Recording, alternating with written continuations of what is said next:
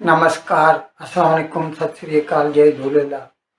मैं हूं जी प्रेम मटलानी और आप देख रहे हैं हालात हाज़रा का प्रोग्राम। हकीकत ये है, इब्तदा में आपसे दरख्वास्त है, चैनल ज़रूर सब्सक्राइब करें। दोस्तों, जुमे के रोज़ से बांग्लादेश की वज़ीर आज़म मोहतरमा शेख हसीना वाजिद भारत के सरकारी दौरे पर आई हुई थी और यहाँ पर आकर उन्होंने बाहमी दिलचस्पी के मामलात पर भारत के वज़ीर ख़ारजा एस जयशंकर, भारत के प्रधानमंत्री वज़ीर आज़म जनाब नरेंद्र मोदी और सदर द्रौपदी मुर्मू से मुलाकात की और बातचीत की।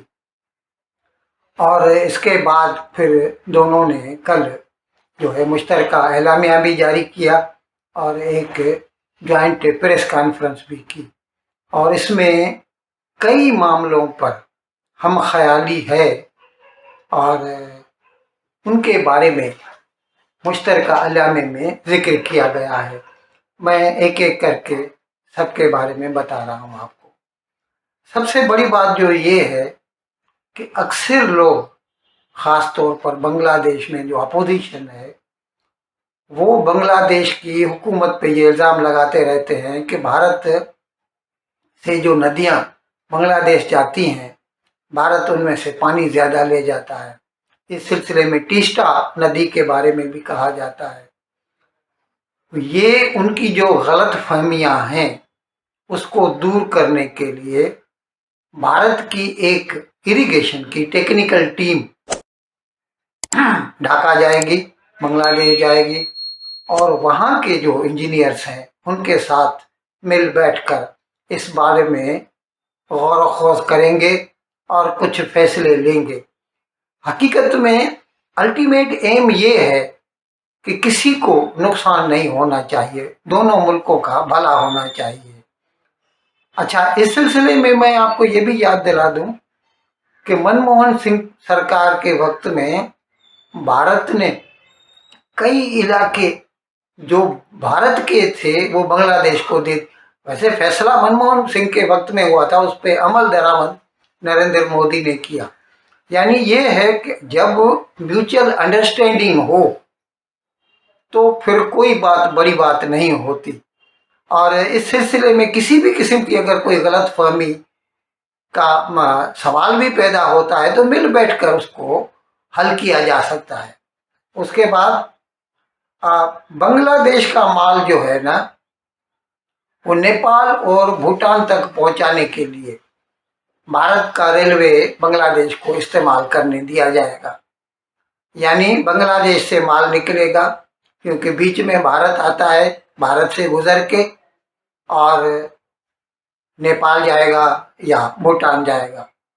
यानी इस तरह से बांग्लादेश की जो एक्सपोर्ट्स हैं, इंपोर्ट्स हैं अगेंस्ट नेपाल एंड भूटान, उनमें इजाफा होगा, बिजनेस बढ़ेगा।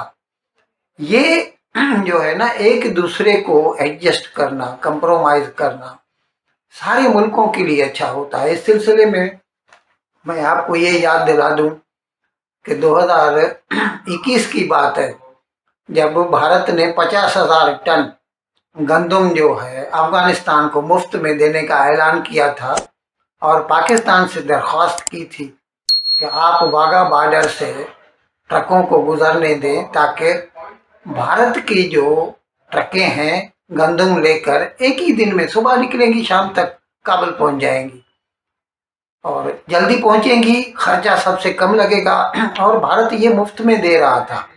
यानी यूँ समझ लीजिए कि गंदम तो फ्री में थी ही, ट्रांसपोर्टेशन भी फ्री थी, लेकिन इमरान खान की सरकार ने मना कर दिया।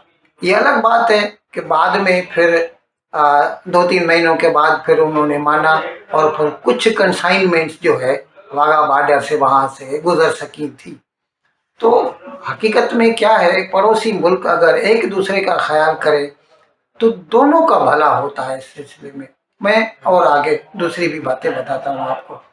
बांग्लादेश का जो मरीज है, पेशेंट है, वो हिंदुस्तान में अगर इलाज करवाना चाहे तो उसके लिए ई वीज़ा की फैसिलिटी है, इलेक्ट्रॉनिक वीज़ा, ताबड़तोड़ वीज़ा मिल जाएगी। कलकत्ता और राजशाही के दरमियान नई रेल लाइन, यानी रेलवे कनेक्टिविटी पहले से है, लेकिन ज़्यादा से ज़्यादा रूट खोले जा रहे हैं ताकि हर इलाके के लोग भारत से बांग्लादेश जा सकें और बांग्लादेश से भारत आ सकें। इसी तरह चटगांव और कलकत्ते के बीच बस सर्विस, नई बस सर्विस शुरू की जाएगी। सिराजगंज बांग्लादेश से भारत, सिराजगंज बांग्लादेश में भारत जो है ना एक कंटेनर डिपो बनाएगा। इसके लिए टोटल जो खर्चा होगा वो भारत उठाएगा। तो इससे क्या होगा कि उनका एक कंटेनर डिपो बन जाएगा तो उनकी एक्सपोर्ट्स में इजाफा होगा। ये होता है एक दूसरे का भला करना। और अगर भारत इस वक्त मुआशी लिहाज से बांग्लादेश से मजबूत है तो अगर वो पड़ोसी की मदद करता है तो और अच्छा है। अच्छा, नेपाल से, नेपाल में क्या है, हाइड्रो इलेक्ट्रिक जो है ना बिजली बहुत बनती है। वहाँ पर कई आबशार हैं, कई नदियाँ हैं जहाँ पर हाइड्रो इलेक्ट्रिक प्रोजेक्ट्स लगाए गए हैं। तो उनकी बिजली को जो है एक्सपोर्ट करना, उनकी अपनी ज़रूरियात से बहुत ज़्यादा बनाते हैं, भारत खरीदता है नेपाल से। अभी ये फैसला किया गया है कि नेपाल से बांग्लादेश 40 गीगावाट बिजली खरीदेगा और वो बिजली भारत से होके, ट्रांसमिशन लाइंस, भारत की जो पावर ग्रिड है उसमें से गुजर के जो है बांग्लादेश तक जाएगी। इस तरह मैन्युफैक्चरिंग सेक्टर में बांग्लादेश में उसको फिलिप मिलेगी, उसको बढ़ावा मिलेगा, क्योंकि 40 गीगावाट बैक वक्त अगर बिजली ज़्यादा मिल जाए। मैं आपको याद दिला दूँ, ख़ास तौर पर पाकिस्तान के जो मेरे सुनने वाले हैं, कि पाकिस्तान में बिजली की हालत ये है कि कई जगहों पर 14-14 घंटे हर रोज़ शटडाउन होता है, लोड शेडिंग होती है। तो बिजली हकीकत में घरों के लिए तो चाहिए ही होती है, आराम के लिए। गर्मी में अभी 50-50 डिग्री तक टेम्परेचर जाता है। सिंध में तो 52 तक जैकबाबाद, लाड़काना, नवाब शाह में होता है। लाहौर भी बहुत गर्म होता है। ऐसे में बिजली की खपत बहुत बढ़ जाती है और अगर न हो बिजली तो लोगों के लिए जहन्नुम का समा बन जाता है। ऐसे में अगर बिजली की अवेलेबिलिटी बढ़ जाए तो सोने पे सुहागा, और ये तो आदमियों के भले के लिए। उससे अगर ज़्यादा होगी तो फैक्ट्रियों को दे सकते हैं, प्रोडक्शन जो है वो बढ़ेगा तो मुल्क की मईशत में इजाफा होगा।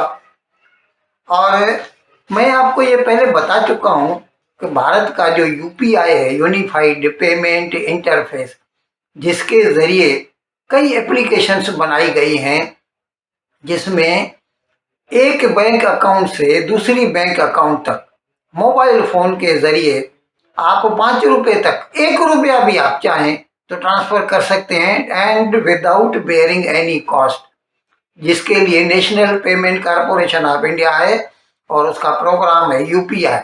ये यूपीआई जो है, ये इसकी फैसिलिटी बांग्लादेश को भी फराहम की जाएगी ताकि बांग्लादेश वाले भी इस सहूलत से मुस्तफ़ीज़ हो सकें।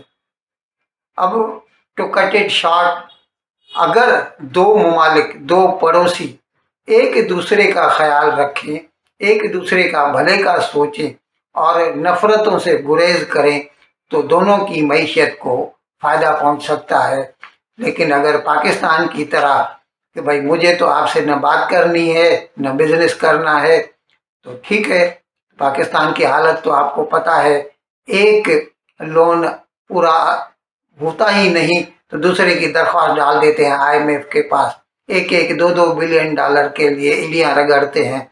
जबकि भारत के पास, मैंने आपको बताया था कि भारत का जो फॉरेन एक्सचेंज रिजर्व है 656 बिलियन डॉलर का है। इन अल्फाज के साथ आज का प्रोग्राम ख़त्म करने की मैं आपसे इजाज़त चाहता हूँ, लेकिन विदाई लेने से पहले एक मरतबा फिर आपसे मेरी दरख्वास्त है कि जिस किसी साहब या साहबा ने अब तक हमारे इस चैनल को सब्सक्राइब नहीं किया अजराए करम इसको जल्द से जल्द सब्सक्राइब करें, प्रोग्राम को लाइक करें, शेयर करें और घंटी का बटन दबाना न भूलें। बहुत बहुत शुक्रिया। खुदा हाफ़िज़।